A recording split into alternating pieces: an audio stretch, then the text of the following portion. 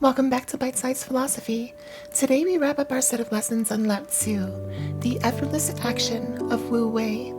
A signature of Lao Tzu's musing is the prominence of an uncomplicated, gratified actuality, pivotal to garnering an authentic peace of mind.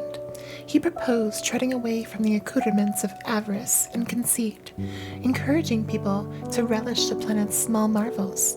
In accordance with his philosophy, true bliss and tranquility are gained not in pursuing fortune or status, but in striding alongside the Tao's native current. The Tao Te Ching, Lao Tzu's fundamental script, attributes countless texts honoring clarity, humbleness, and thanks.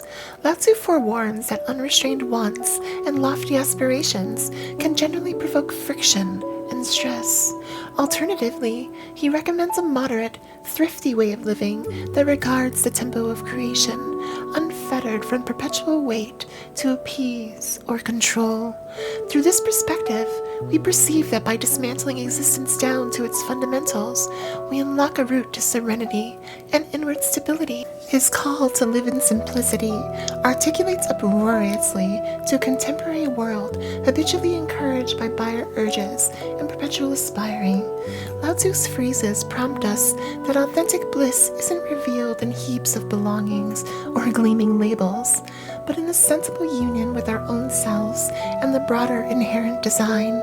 By opting for clarity and treading with the Tao, we nourish a life brimming with serenity, consciousness, and enduring gratification. Revisiting the philosophy of Lao Tzu, the concept of Wu Wei, and the Tao has inspired me to read the Tao Te Ching myself.